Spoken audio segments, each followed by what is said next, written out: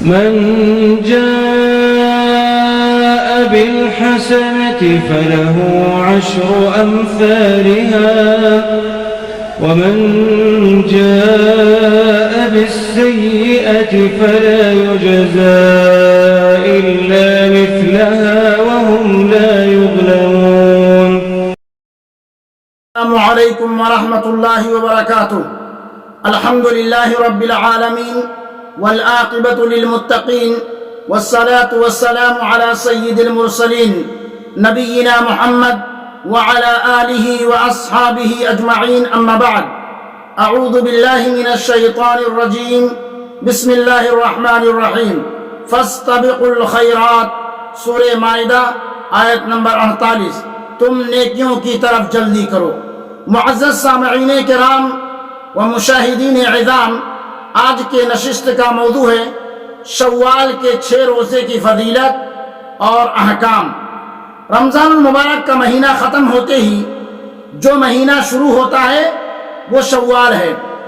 شوال کے 6 روزے ان نفلی اعمال میں سے ایک ہیں جن کا اجر و ثواب بہت زیادہ ہے، اور رسول اللہ صلی اللہ علیہ وسلم نے خاص طور پر ان کے رکھنے کی ترغیب دی ہے، اور نبی کریم صلی اللہ علیہ وسلم نے اپنی امت کو بشارت دی ہے کہ رمضان کے روزے رکھنے کے بعد شوال کے 6 روزے رکھنے والا اس قدر اجر و ثواب کا حقدار ہوتا ہے گویا اس نے پورے سال روزہ رکھا.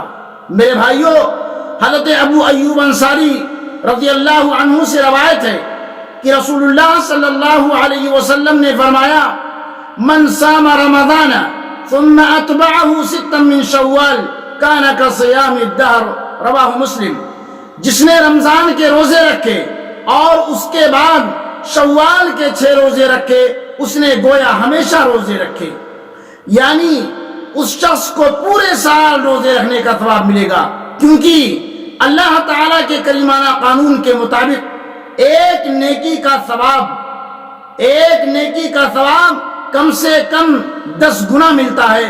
تو اس طرح رمضان کے 1 مہینے کا روزہ 10 ماہ کے روزے کے برابر ہوا، اور 6 دن کے روزے 60 دن کے روزے کے برابر ہوئے. تو اس طرح سے گویا 1 سال کے روزے رکھنے کا ثواب ملے گا، جیسا کہ نبی صلی اللہ علیہ وسلم کا فرمان ہے: کل عمل ابن آدم یضاعف الحسنہ ب10 امثالها. بخاری مسلم کی روایت. ابن آدم کے ہر عمل صالح کا ثواب 10 گنا زیادہ کر دیا جاتا ہے.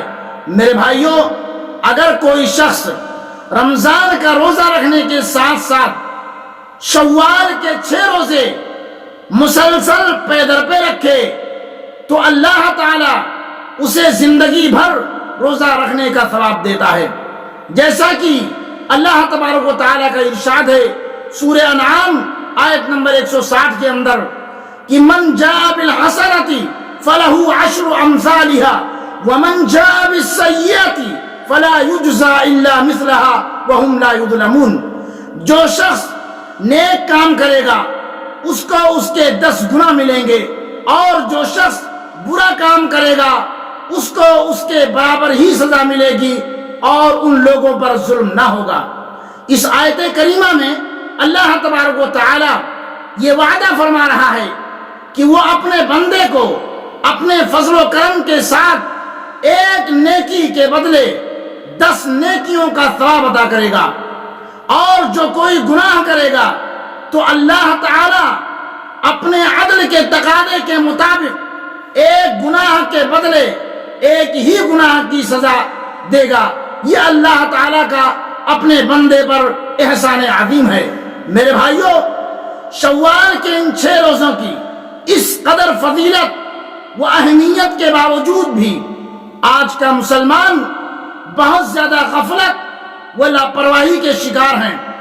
خاص طور سے بر صغیر کے مسلمان ہندوستان، پاکستان، بنگلہ دیش کے اکثر ان ملکوں میں جو عمر رسیدہ لوگ ہیں، جو بوڑھے ہیں، جو بوڑھی عورتیں ہیں، وہی اس کا اہتمام کرتی ہیں، لیکن جو نوجوان حضرات ہیں نوجوان مرد ہیں، نوجوان عورتیں ہیں، وہ قطعاً اس کا اہتمام نہیں کرتے، جبکہ مملکت سعودی عرب کے اندر ماشاءاللہ تبارک اللہ بکثرت نفلی روزوں کا اہتمام کیا جاتا ہے اور لوگ بڑھ چڑھ کر کے حصہ لیتے ہیں۔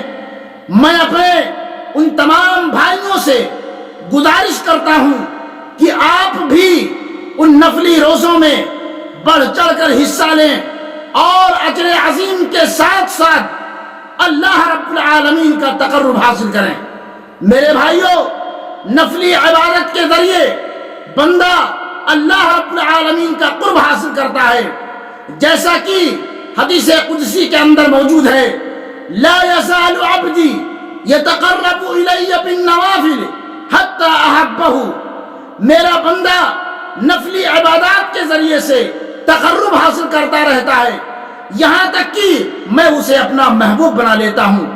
یہاں پر میرے بھائیوں میں آپ کو ایک بات بتاتا چلوں کہ شوال کے روزے عید کے فوراً بعد یعنی عید کے دوسرے دن سے مسلسل رکھنا افضل اور مستحب ہے، کیونکہ نیکی کے کاموں میں جلدی ایک دوسرے سے آگے بڑھنا بہتر ہے، جیسا کہ اللہ رب العالمین کا ارشاد ہے، فاستبقوا الخیرات، تم نیکی کی طرف، نیک کاموں کی طرف جلدی کرو۔ لیکن اگر کوئی شخص اس مہینہ کے آخر تک متفرق طریقے سے ایک دو کر کے رکھنا چاہے تو بھی رکھ سکتا ہے، کوئی حرج نہیں۔ البتہ شوال کے مہینے میں ہی یہ 6 روزے مکمل کر لینا چاہیے۔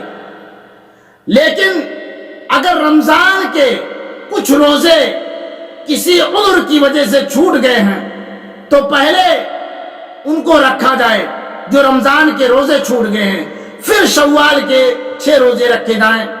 آخر میں اللہ رب العالمین سے دعا کرتا ہوں کہ اللہ تعالی ہم تمام مسلمانوں کو فرائض کی ادائیگی کے ساتھ ساتھ نوافل کی توفیق عطا فرمائے، آمین یا رب العالمین۔